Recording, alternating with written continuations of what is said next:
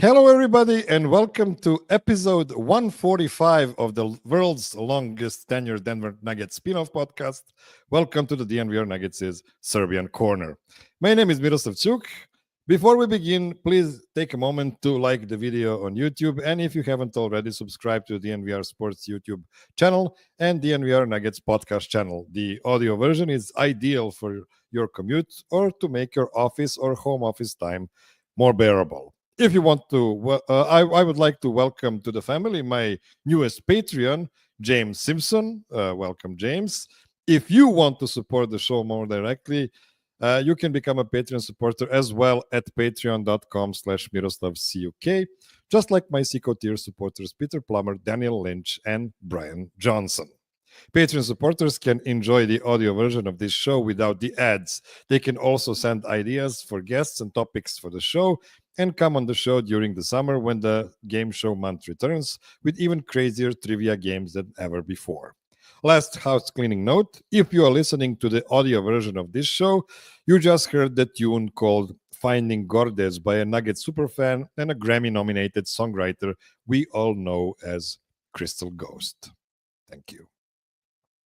I have no intro for this show. Nothing happened. Tom Thibodeau got fired from the Knicks. Not really Nuggets news. The finals started. Adam Silver announced the USA versus the world match at the All-Star game in 2026. Can't wait to hear his idea for 2027. Let me introduce my guests for today. First, he is the head of the NBA research at StatsPerform and my favorite NBA data analyst. It's Jake Statsquatch Coyne. Welcome back to the show, Jake. Hey, happy to be here. You've had a ton of great guests recently, so I'm hoping to continue all the good stuff that you've been doing on your show. Oh, thank you so much. And your Nuggets offseason preview is every year one of the most anticipated documents for every Seco fan of the team from Denver. And the mock trades and mock offseason moves in general from your preview are less optimistic to what most couch GMs make in their trade machines. And that is probably because you take all the constraints of the collective bargaining agreement into the account. Is it exhausting for you when you see on the Twitter timeline that Nuggets should trade Jalen Pickett for Dennis Schroeder? Well, I try to avoid those corners of social media as much as I can. But yeah, I mean, I try to put a lot of effort into those things and think about a lot of things that I don't even write in there, multi-year stuff that I think people are too bored to really listen to. But, I always get a lot of great feedback on it, and I know it helps educate a lot of fans, which is really the number one goal. Oh, you definitely went to every corner of Nuggets situation from analysis of what put them in this situation right now to what they could possibly do to get out of it. If getting out of it is actually the idea. I mean, I don't know. Maybe the ownership group is just happy by being a serious playoff contender and not much more than that. But I digress. Next, basketball coach, a contributor at CrownHoops, and every Nuggets fans' favorite draft expert. It's CT Fazio. Welcome back, CT. Hey, Miroslav, how you doing? Good to be here with you and Jake today. Looking forward to breaking down the Nuggets offseason. I wanted to ask you, CT, how do you reflect on the moment the Nuggets got eliminated in the second round from a personal standpoint? Was it a moment of sadness or a moment of relief, considering how volatile the season was? Yeah, I think it was a combination. You always hate to lose. Always winning is always way better than losing. Even coaching, for me as well. But the season was definitely a lot of turmoil, a lot of ups and downs. You could tell on the court. At times, I wrote in my piece. Jokic was clearly frustrated a lot, and you can see that on the court. And I think they really had a great turnaround, to close the year. So it was good to see them kind of fight to the end, but you want them to win the championship ultimately. Yes, and I already mentioned Jake's preview. CT also has an amazing preview that got out I believe 3 days ago. You can find it on Twitter timeline. I will make sure to put it in the show description as well, so people could get to read it. A lot of in-depth analysis on how we got here, and I really liked some of the points you've made there, especially in a way the Nuggets front office was delegated so far in the Jokic era, from Tim Connolly to Calvin Booth to whoever is going to be next. 2 years after the championships, the Nuggets are not real contenders. And the optimists will tell us that every single NBA champion since 2018 Warriors struggled in the following seasons due to unprecedented parity. And on top of that, the Nuggets championship coincided with the implementation of the new CBA, which is far harsher to big spenders than the previous CBA. While all that is true, it took some really dumb things to happen for the core of Jokic, Murray, Gordon, and MPJ to be held away from real championship contention. It can all be summarized with a 2-year-long arm wrestling match between the two former main decision makers in Michael Malone and Calvin Booth, who both got deservedly fired by a third guy who was the one that should have seen the problem before it damaged the team. But that guy can't be fired since he is the vice chairman of the team and also the offspring of the owner. But I digress. Now the slate is clean, so is the list of the upcoming picks, because we have none. Not only for the draft night coming in like 17 days, but going forward too. Luckily, the Nuggets don't have the GM or president of basketball operations yet, unless you consider Josh Kroenke a de facto decision maker for all the upcoming moves or non-moves. Jake, how would you describe the Nuggets' flexibility coming into the new season? Yeah, I would describe it as extremely limited. From a CBA standpoint, when you have a very high salary roster, your trade matching rules become a little more difficult, as well as a number of other things. And then from a team perspective, Denver doesn't have a ton of movable contracts. So you kind of go from between Michael Porter and Zeke Naji. There's really only Aaron Gordon, and I don't really see a great argument for trading Aaron Gordon. So the contracts you have to work with are just so limited. And then it's like you said, they have traded pretty much all their draft picks they can trade. As of right now, they have one tradable first-round pick in 2031. And that's how it becomes really hard, is because if you need to upgrade from a lesser player to a better player, you need to include draft picks. And so, yeah, it becomes really difficult really fast when you look at Denver's situation. CT, in your season recap, you mentioned how close the Nuggets were in that OKC series, despite being able to rely only on 4 guys, with Michael Porter being hampered by the injury. You concluded that the most viable way for them to keep being competitive would be to retain all 5 starters and try to improve the bench. But how difficult will that task be, considering they have 13 guaranteed contracts for next season if Russ and Dario pick their player options? And as we mentioned already, no picks in this year's draft. It's definitely a arduous task at the moment, just because their roster is pretty much intact right now, and they don't have a lot of flexibility as far as open roster spots, which is the problem at this point. I put in my piece that I think they need to, at any cost, at least try to open a few of them. Whether that's trading Peyton Watson, I think that possibility should definitely be on the table. Like Jake said in his great piece that he had, Watson's up for an extension this summer. I would be pretty hesitant, I think, to give him an extension, albeit I think he'll probably be able to get him at an affordable, team-friendly deal, I think, at this point, because he's been a bench player for a long time. And Christian, he's up for an extension as well, which I'm sure we'll get to. But I just think that the balance between the starting lineup, which is being a bit more veteran heavy at this point as they age, compared to the bench, which is filled with 6 roster controlled draft pick contracts. I think the balance between rookies and veterans off that bench needs to be much more in alignment.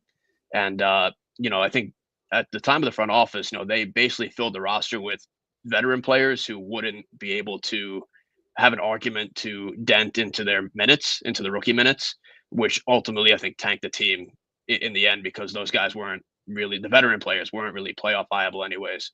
So I think that the balance needs to shift. You need to find more veteran help off the bench, and I think that the Nuggets will at least put themselves in a better chance to to compete at the highest level. But I think the most viable path at this point would be returning everybody. I think it would be negligent not to look at trades for MPJ or Jamal, but I do think that the return on those trades would be operating at a net loss. So I think their value is more integral to what the Nuggets are currently operating with than getting return on the trade market. Yes, we are going to dive in several realistic scenarios for this off season. But before we do that, we have to answer the first question, and that is, who will be the next GM and or president of basketball operations for the Nuggets? I'll field the same question for both of you. Who or what type of executive would you like to see at the helm, and what is your realistic expectation of what will happen on that front? Let's start with Jake.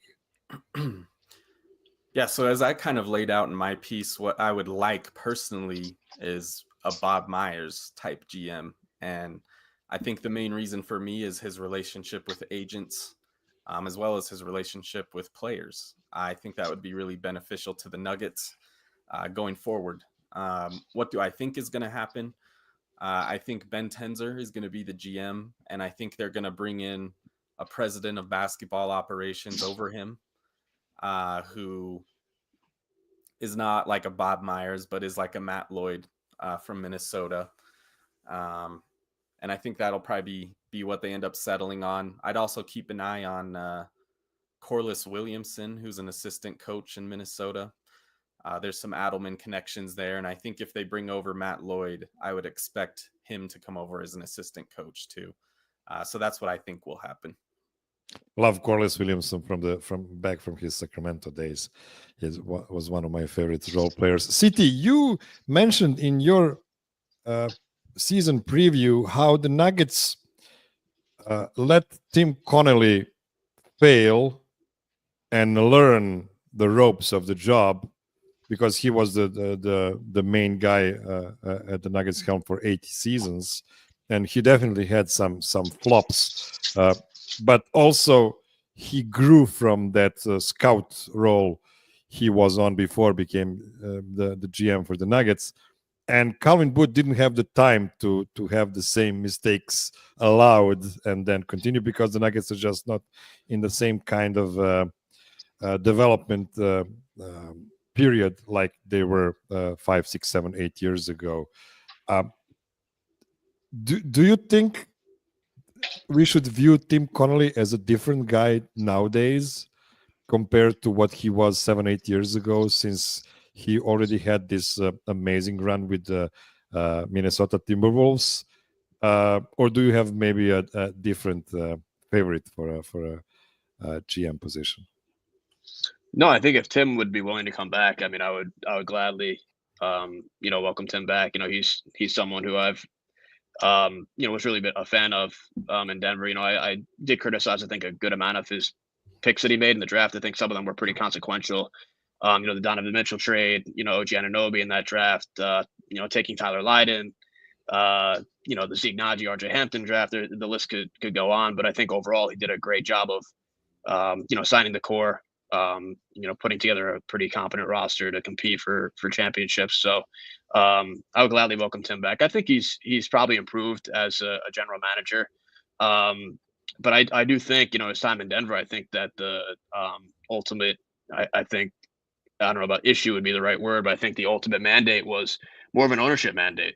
Their plan was to draft and develop, I think, cut a little bit of corners, honestly, and sign there and reward their draft picks for, being on the team. So I think getting a more objective view would be beneficial for the team. Whether that's Mike Gansey from Cleveland, their GM over there, just getting someone who has not really been involved in the organization, I think over the time would be something that I think would greatly benefit the team. Interesting choices. Yeah, I have nothing to add except I still kind of expect Ben Tenzer to be promoted into a GM, but I really, really hope they will find an outside voice to help the franchise be more objective about their own guys, because as we always mention, Nuggets players are more valuable to the Nuggets than to the other teams. Well, let's not leave it at that. Let's make those relationships more objective, if I may say so. Okay, let's take one short break, and then we'll start talking about the actual moves. Don't go anywhere. Okay, so the first domino I expect to happen will be the Russell Westbrook player option. He was one of the key contributors who helped the Nuggets become an actual playoff team, especially in that period when Jamal Murray wasn't available early in the season. And he also made some huge plays that helped the Nuggets get to round 2 of the playoffs. Jake, in your off-season preseason preview, you mentioned you expect Russell Westbrook to be on a different team next season. What makes you make that assumption? Yeah, so for me, it's kind of it's not a sure thing, but I lean that way. And my reasoning is just that I do think he will opt out. And I laid out some reasons for that financially in my piece that I won't dig into too deep, but I do think he'll opt out. And I think at that point, Denver kind of has to look at it and say, what's our best option going forward here? And it would be really hard to backfill those minutes that Westbrook gave. So I'm certainly not sitting here saying it's an easy task to let him go and figure out where to go from there. I just think that's kind of what they'll do personally. There's certain teams that I think Westbrook makes a lot of sense for. Golden State is one. Milwaukee is a big one if Giannis sticks around, which there's a little bit more chatter of that recently.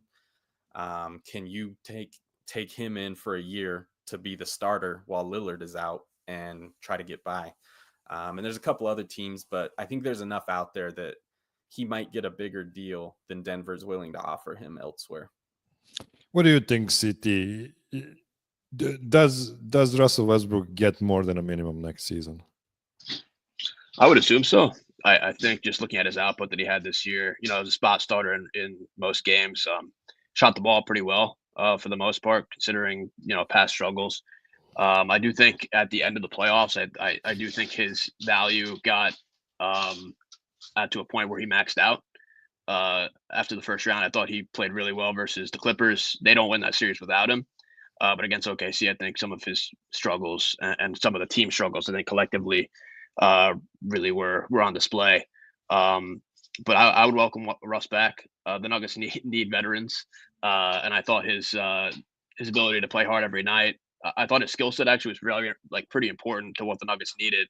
Having Jamal play off the ball a little bit more, not solely making Murray just be an on-ball guy and tire out for a lot of the time. And we're seeing that in the playoffs right now, especially with Nembhard and Halliburton.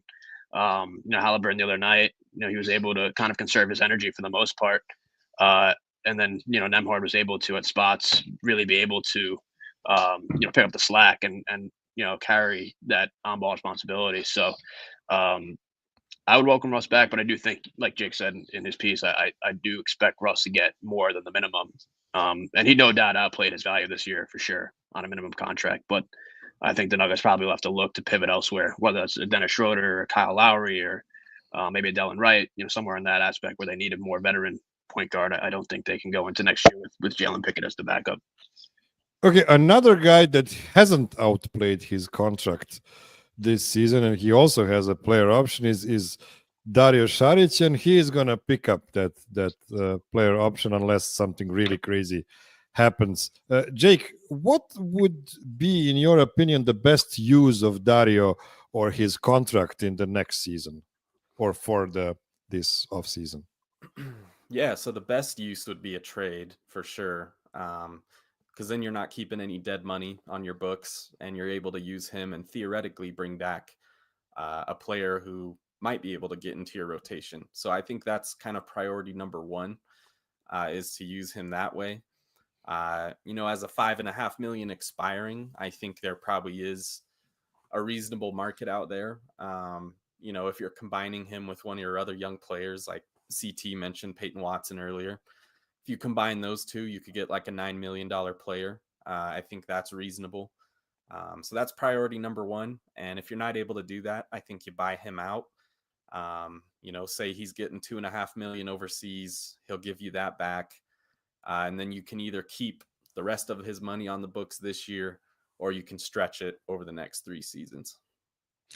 City, I like how Jake mentioned Peyton Watson here again, combining those two contracts to get something. I didn't even plan to speak a lot about Peyton Watson on this show, because I truly believe that Christian Braun's extension is much more important decision to make this summer than Peyton's. But on the other side, I think Jake mentioned that he might get a pretty, or you said he might get a pretty team-friendly extension, or couldn't get more than that. Does that remind you to Malik Beasley's last season with the Nuggets, when he got a relatively small offer at the beginning of the season and he just said no and he got more in Minnesota? Definitely. I remember that trade that they made at the deadline. I think that was right before the bubble had transpired. They traded Beasley, Wancho, and I think Jared Vanderbilt to the Wolves. For I think it was mainly a couple of veteran on the precipice type guys. They didn't really get that great of a return. Actually, I think funny enough, the first round pick that they got back in that deal was Zeke Naji, which is pretty ironic. But I wouldn't be surprised if maybe they go into a stalemate this year if with the extension talks. Considering there's going to be a new, I don't know if it's confirmed yet, or we haven't seen anything come out yet about who the GM is going to be or who's going to take over. I think those discussions will probably be up and down. But I do think it probably makes the most sense at this point to explore trades in that aspect. And it's only because there's really not many options to upgrade the team. I think that's probably one of the more limited outs that you have in order to kind of make that possibility work. But and you even think about the backstory behind that. Booth had traded a future first round pick to get off of JaMychal Green's contract at the time to trade into the draft for Peyton Watson, and that was really the bet that Booth had made, was that he really bet on all of his picks.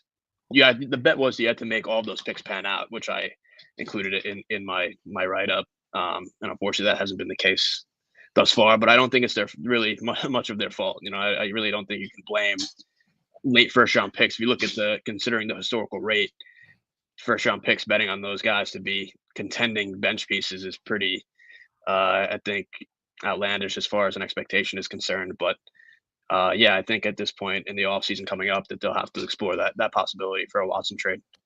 Yeah, and the probability of late first round picks hitting it at a 100% rate is just crazy low, as Jake mentioned in his preview. And I don't even blame Calvin Booth for the guys he picked. I just blame him for just going all in that crazy second timeline scenario, which wasn't really a second timeline at all. It was just like, I'm gonna get some cheap good guys, and he got some of them. He got some other.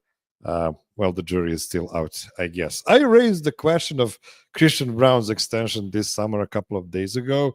Christian's extension, whether that's 25 or 30 million per year, would kick in 2026 at the same time when Aaron Gordon's extension kicks in, and he will be making 32 million in that first season.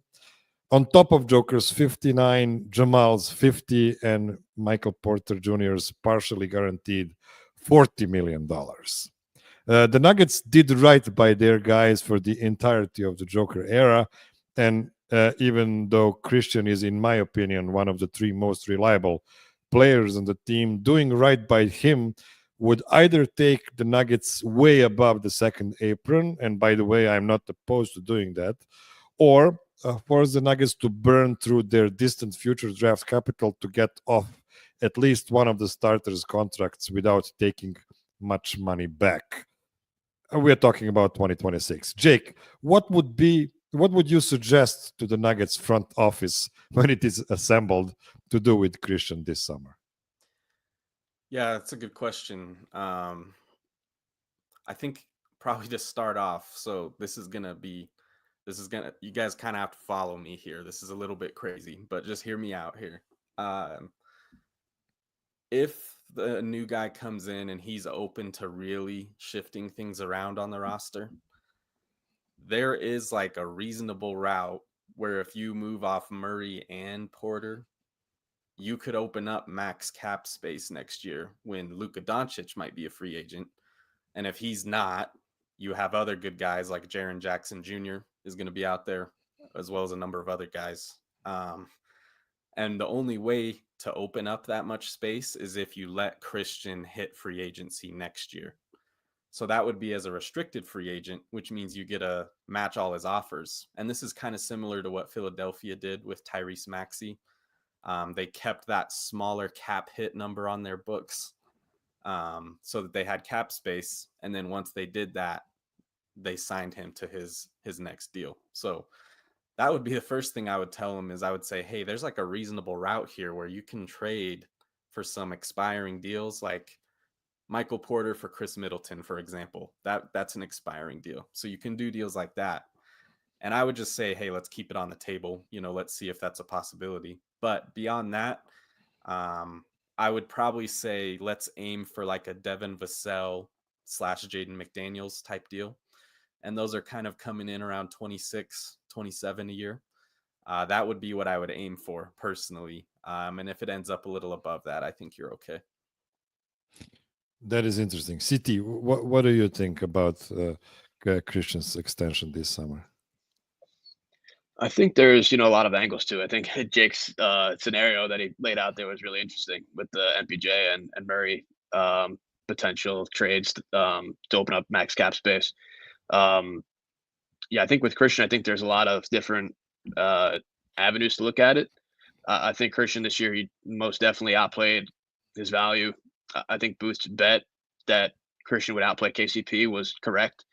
Albeit now it seems like that CB is going to gain more money than what KCP was going to get from the Nuggets, in free agency. So I think that bet did, work out, but at a potential cost that we saw there. But I think with CB, I think there were some stylistic issues that we saw in the playoffs. Teams were not really guarding him from the 3-point line, and were able to collapse on Jokic a lot more. We saw him get triple team, double team, and I think that was a product of having instead of KCP, now you had Christian, who was a better slasher, no doubt, a better cutter, better rebounder, a lot more facets of the game. But I do think as far as that spacing aspect was concerned, I think we did see a little bit more of an issue there. So I think, paying around 25 to 30 million for that skill set long term, because I think that is something that you could probably get off his deal eventually. I think he's probably going to retain, neutral on that contract, neutral value. I think you're a bit more landlocked into that contract moving forward. But I do think CB is a valuable contributor to the roster, so I would be probably willing to give him something in that ballpark of a deal. But I do think that there is some potential downfalls stylistically to allotting that much of the cap to a player of Christian skill set who does have a lot of value, but the shooting will have to improve moving forward in order for, I think, his value to be maximized with Jokic in the starting lineup moving forward. Jake, I'm putting you on the spot here, but would combining Christian Braun with one of the two max contracts the Nuggets have, would that possibly create an upgrade for the Nuggets? Like one guy that could be better than either Michael Porter or Jamal Murray? Yeah, I think so for sure. I think Christian's value is probably like around like a first round pick. So you kind of can think of him as like an extra first round pick. I highlighted in my preview at the time, and it sounds like he won't be moved now and he's dealing with some off the court stuff, but Zion Williamson, I proposed that if you included CB, he was a reasonable target, and I think that would be the case. I think Kevin Durant might be on the table if you're willing to include Christian Braun. And Trey Murphy might be another one who's on the table if you're willing to do that. So some of those packages, you'd probably also have to include your first round pick that you can trade. But definitely, I think if you're willing to, see what teams are interested in him, I think you could get a good upgrade. Okay, let's take one more short break, and then we're gonna finally talk about some actual trades, actual movement. Don't go anywhere.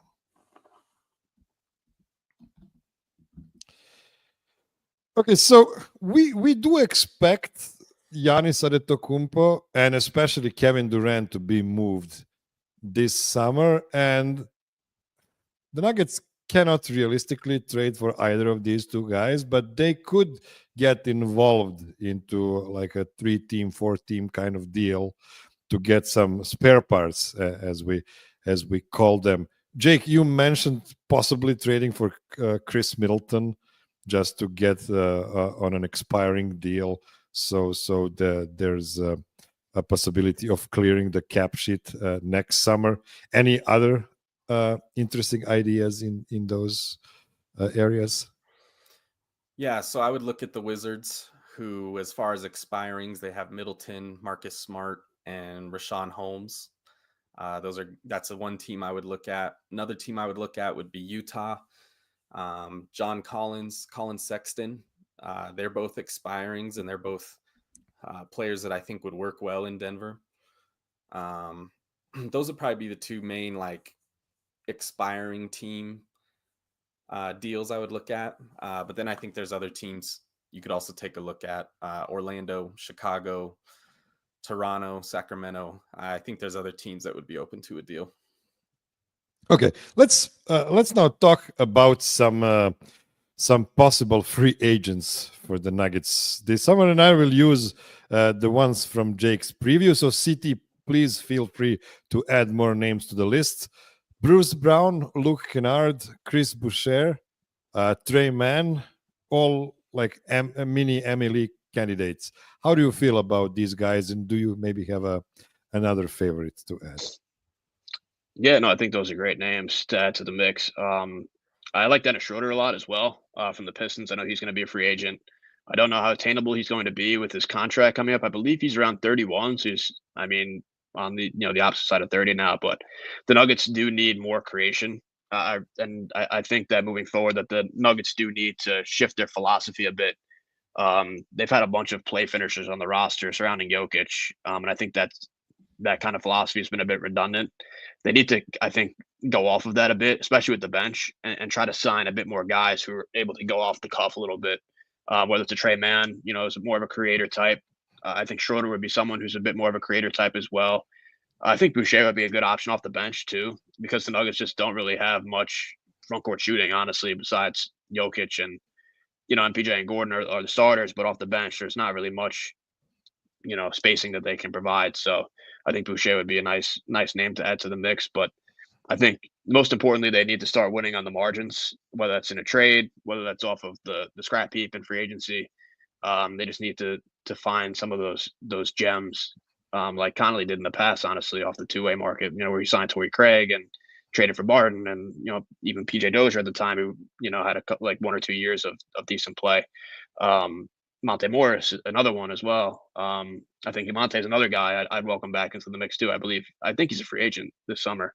I think mainly just finding a bit more of creation in the backcourt, however you can find it, whether it's a trade or on the free agent market, and then maybe getting a backup big as well.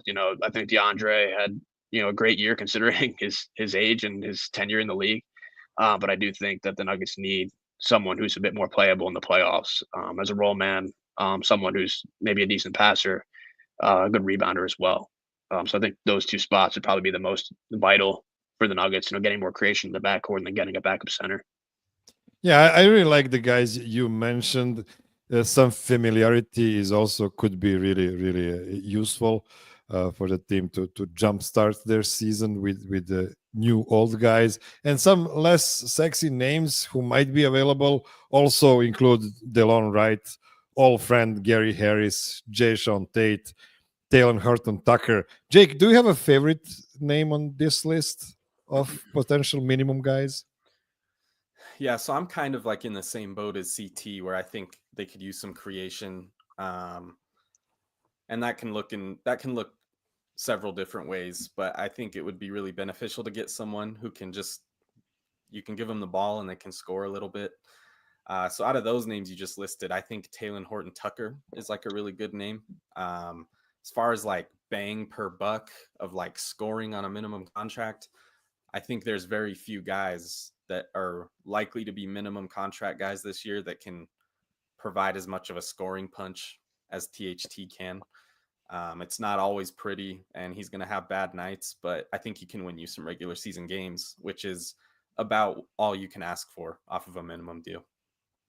Yeah, and we will see some more names in the scenarios you prepared for us, and I will just list them off so we can talk about them. So in the first off-season scenario, Jake, you proposed the Nuggets trade their way into this year's draft by trading their 2031 first-round pick for this season's 26th pick from Brooklyn and a low-quality 2029 first-round pick.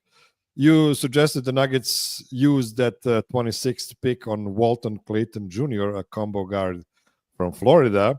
And CT, since you are our dedicated draft guy, how do you feel about this pick? And would you maybe consider some other players in that range? Yeah, so when Jake included that in his piece, I was pretty happy when he included Walter Clayton in that scenario. I'm not gonna lie there, but yeah, I think Clayton would be phenomenal for them as a guy to add to the mix. But I do think I would advise not taking any more young players, just because I think that the fan base is a bit scarred, unfortunately, about what's gone on the past couple of years. But I do think Walter Clayton would be a phenomenal add. He's a guy who's won a national championship of Florida, pretty reminiscent of what we saw with Christian Braun at Kansas. He won a national championship. He's a winner. Clayton's a guy who's had a pretty interesting career path. Starting at Iona, played under Rick Pitino, legendary coach, now at St. John's, and then going to Florida. But he's another guy, I think, with his skill set would be someone who's a bit off the cuff, right? He's a guy who can create for himself. He's got really deep range as a pull-up shooter. Guy who's really good stop and start ability, and I think the Nuggets just need another guy like that who's able to create on their own. And we just saw in the playoffs this year that the creation burden on Jokic, I think, got to a point with him where he got really frustrated with it. And I think Murray, honestly, too, like we saw with Murray off the court, the numbers were really bad, and that's just because the Nuggets are lacking perimeter creation. So I think if you were able to clear the deck of a couple of the rookie scale deals on the Nuggets, like a Hunter Tyson, a Pickett, even a Payton, if you can, I personally would advocate for keeping Julian. I think he's got some more potential, I think, that we can see this year moving forward. But yeah, I think Clayton would be a really good add in that spot. Another guy would be RJ Lewis from St. John's, just add another guy into the mix. Think another creator type, good defender. Probably those two guys I think would be good adds, on the margins there. But I think Clayton's a guy you could add into the mix. He's playable. I think it's taken Pickett a bit of time to get acclimated. Same with Strawther. I think Clayton, you can more, like Jake included his piece, think a bit more plug and play, and able to have him run the bench a bit more. Yeah, and the second move in this same scenario would be trading away a pick swap in 2030 together with Zeke Naji and Julian Strawther for one of my favorite guys, Mega Basket's own Goga Bitadze.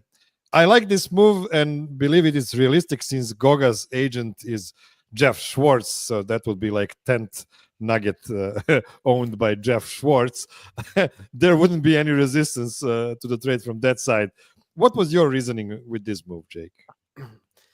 Yes, I think backup center is a really hard position to go out and get. There's so few guys, free agent wise, that you can get, and on the trade market, there's really just a handful too. So I think for Denver, this is a way to clean up your books a little bit on one hand. And, I totally agree with CT about, I think Strawther can really show some things these next couple years and make some big steps. So it does hurt, you're not looking to trade Strawther just for the heck of it. But I think solving that position, being able to bring those Jokic minutes per game and even total games played down is really important as we cross his age 30 season here. And so I think it's worth it in the end. So this is the resulting depth chart at the point guards: Jamal Murray, Jalen Pickett, and Delon Wright as a free agent. At the shooting guard, Christian Braun, Luke Kennard as a free agent, and Walter Clayton. At the small forward, Michael Porter and Peyton Watson. I like this because Peyton is here at the 3, not at the 4.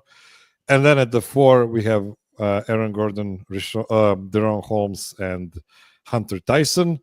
And at the center, Jokic, Bitadze, and still Šarić. I'm not going to lie to you guys. This is like the least moves made. We still have the same starting lineup, but I do feel this kind of bench unit could be more viable than this season's. What do you think, CT? Yeah, definitely. I think adding Bitadze to the mix would be really beneficial. He's a guy who can, really pass the ball at times. Good athlete, as a lob threat. Pretty good rebounder and defender as well, protecting the paint. So I think that's the skill set the Nuggets honestly have lacked over the past couple of years. So adding Kennard, I think, as a shooter off the bench, I think you kind of have more of a specialized skill set there, which you can, run some plays for, like Malone did with Julian this year. I think Clayton and Delon Wright could play together in the backcourt at times as well. I think there's some versatility there. So I think adding two more veteran guys, right, and Bitadze, and actually 3 you had there, right, Bitadze and Kennard. I think that would be beneficial, adding 3 more veteran players to the mix. You kind of remove that reliability, I would say, on more of the rookie scale guys. I think with Holmes as well in particular, I was pretty high on him coming into the draft last year as a guy who's an inside outside threat offensively. Pretty good defender as well, able to switch a bit. But I think coming off that Achilles tear, it's going to take him a good amount of time to reacclimate and get adjusted to game speed. So having some insurance there, I think, would be important too. In that aspect. So I was a fan of that scenario. I think that'd be pretty good. Yes, the second scenario would include Denver trading away Michael Porter Jr. together with Zeke Naji and a 2031 first-round pick for Patrick Williams, Kevin Huerter, and Ayo Dosunmu from Chicago. And City, how do you feel about this kind of trade before we get to Jake's explanation of it? Yeah, I think, it was more of like a MPJ for Williams, right? Dosunmu, and then Huerter. So that's 3 more veterans you're adding to the mix, which I think is important. The Nuggets just need veteran depth. I'm a bit concerned with the shooting difference there. As far as the regular season, I know Mike's the past 3 playoffs has had a bit of ups and downs, more consistencies than what we've seen. He was hurt in I think in the second round. You could really tell it was hampering him, but I think his shooting is still really vital to what the Nuggets and Jokic do as far as their offense is concerned. And I know at the contract, he's definitely overpaid for sure, but I do think replacing 18, 5, and 2 on 50-40, I think 75 is pretty tough to do. And I think, with those moves, I think Williams is a bit, I'm a little more out on him, I think, as a long-term guy. But Dosunmu is a guy, I think his role would be really important as far as taking some burden off of Jamal, being able to dribble the ball a bit more, having a creator out there, and then Huerter's a pretty good shooter as well. So I can see a scenario where that works. I think the shooting in the backcourt, frontcourt would still be a bit problematic, but it's good to add some more veterans to the mix there. So Jake, you mentioned in your explanation that Patrick Williams is in a horrible deal.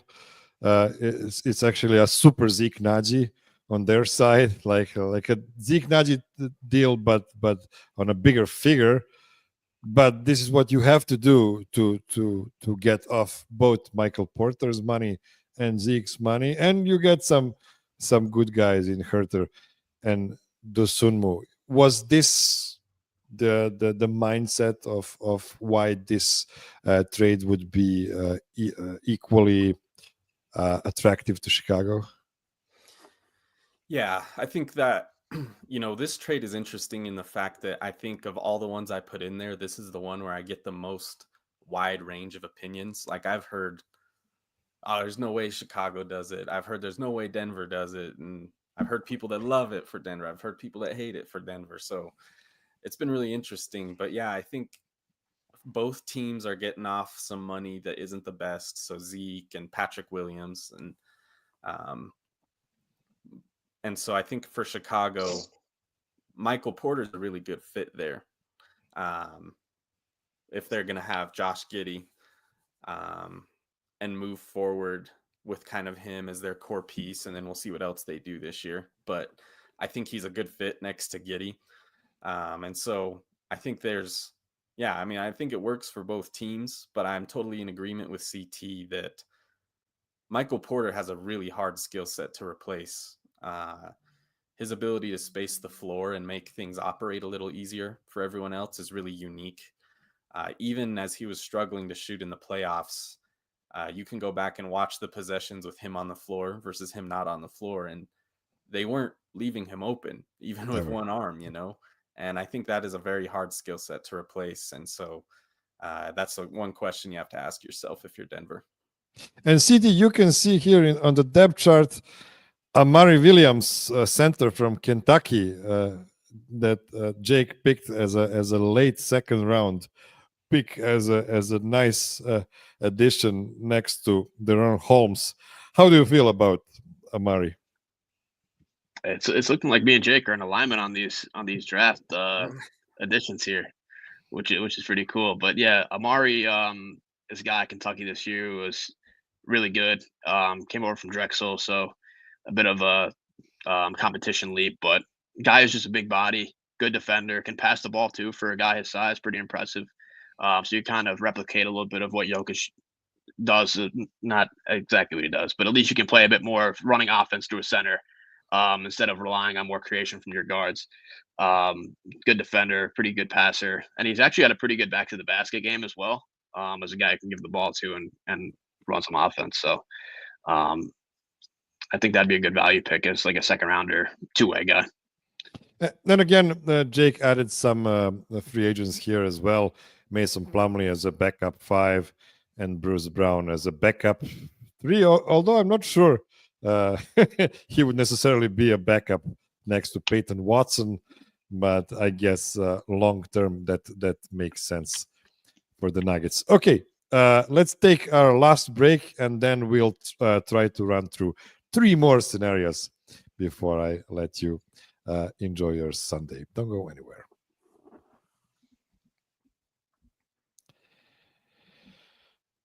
Okay, next off-season scenario includes the Jamal Murray trade, and I made it clear last week I'm very interested in listening to this kind of move, mostly because of a new culture of accountability, and I hope the Nuggets will implement. Jamal Murray, Zeke Naji, Julian Strother, and no picks for Emmanuel Quickley and Ochai Agbaji from Toronto, plus Marcus Smart from Washington. So there's like a 3-team trade here, and Washington gets RJ Barrett in this scenario and absorbs the contract of Dario Šarić. Let's start with Jake here.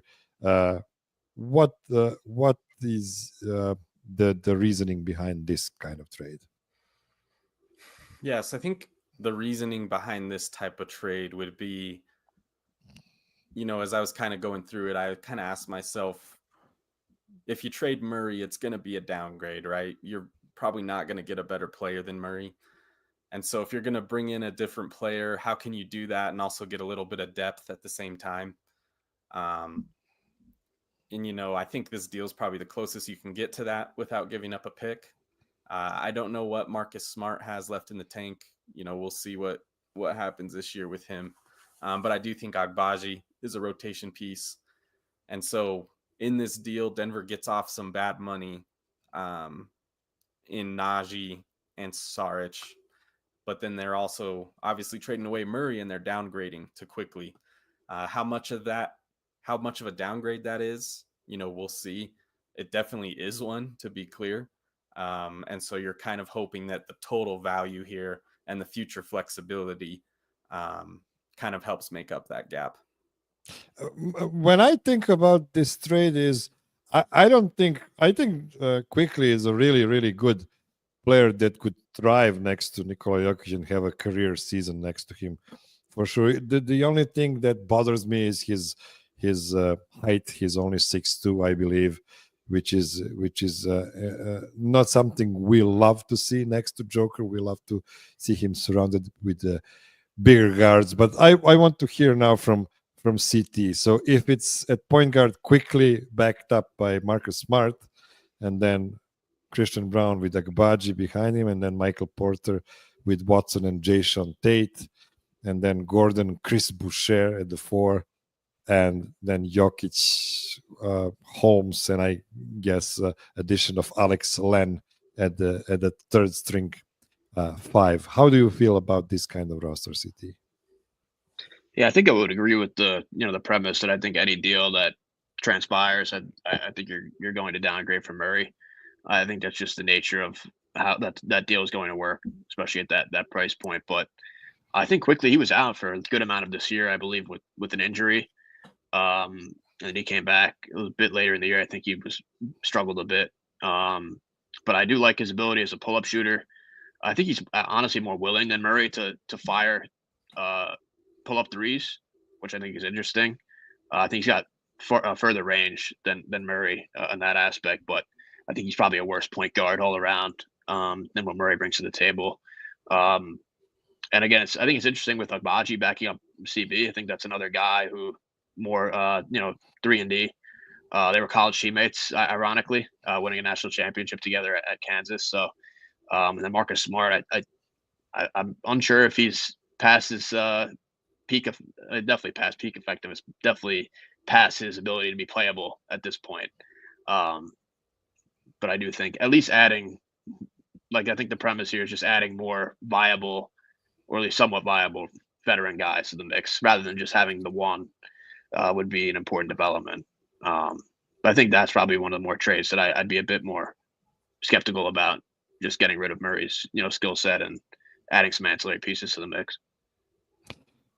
Yes, the next scenario is a full-blown blow it up one. So I guess it's going to be really popular in Serbia. The first trade sends Jamal Murray, Peyton Watson, and Zeke Naji to Sacramento for Zach LaVine and Big Val Jonas Valanciunas, who is for a long time been a favorite player of the Nuggets front office.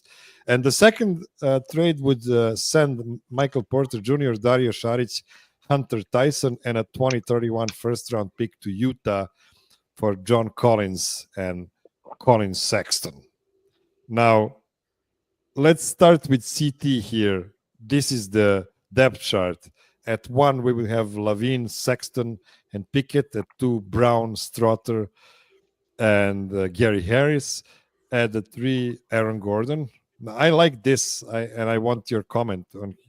Can we expect Aaron Gordon to play the 3 next to John Collins, and then Taylor Horton Tucker at the 3 as well, and my favorite Alec Burks, and then at Deron Holmes also at the 4, and Jokic, Valanciunas, and Amari Williams again at the 5. So CT, this honestly feels like a lot of NBA players on the roster. Yeah, I think it's interesting. It's shocking not seeing Murray and MPJ on the depth chart at this point, but I do think with Gordon it'd be a bit taxing for him to play full-time small forward, especially being a bit more perimeter oriented, chasing around smaller wings. I think we saw the perils of that the year that Murray and MPJ were out, where he had to really kind of shift more into like a 3 role compared to the 4, where he's being a rim protector, playing behind the defense a bit more.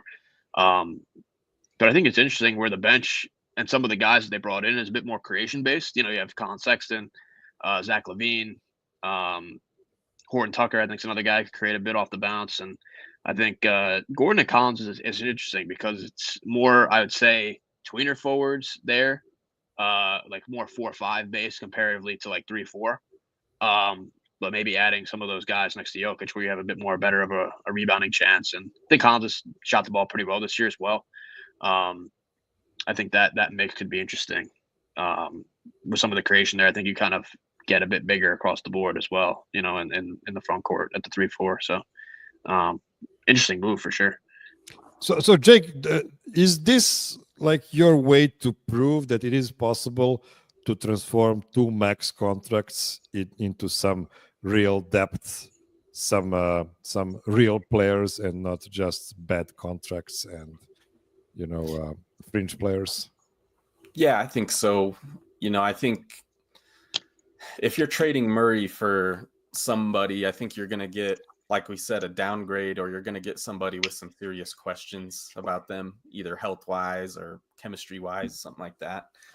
I think LaVine comes with his own set of questions, but people can go read my report, but I do go into why Sacramento might be able to sell themselves on Sabonis and Murray being a good fit going forward. So I think it makes sense from that perspective. I think one of my other big things with this offseason in particular was lineup versatility. We've seen so much of just the starters together all the time these last few years.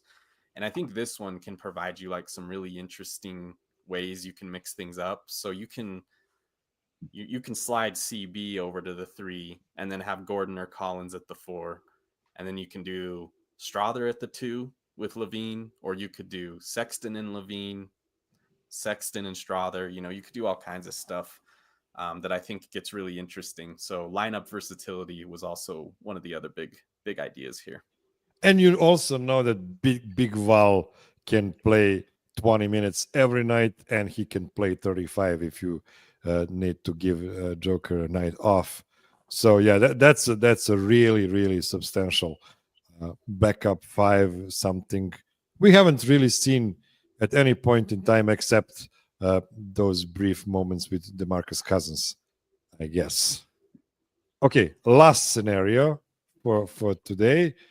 It's a bit of a shocking one, and you, Jake, already mentioned that you don't believe Zion Williamson would be moved this summer after some recent news. But the last deal suggested here is Michael Porter Jr., Christian Braun, Daron Holmes, and a 2031 first-round pick. So all good pieces traded away to New Orleans for Zion Williamson. And in a different move, the Nuggets acquired Dwight Powell from Dallas for Dario Šarić and a 2026 pick swap. This is the resulting depth chart. So a starting 5 of Murray. This is Bruce Brown, yep. Bruce Brown, Aaron Gordon, Zion Williamson, and Nikola Jokic. That is a really good starting 5 if Zion is available, of course. And then behind them, Westbrook, Strother, Jason Tate, Peyton Watson, and Dwight Powell. Let's start with you, Jake. Is this the highest upside possible kind of trade with, of course, a lot of risk involved?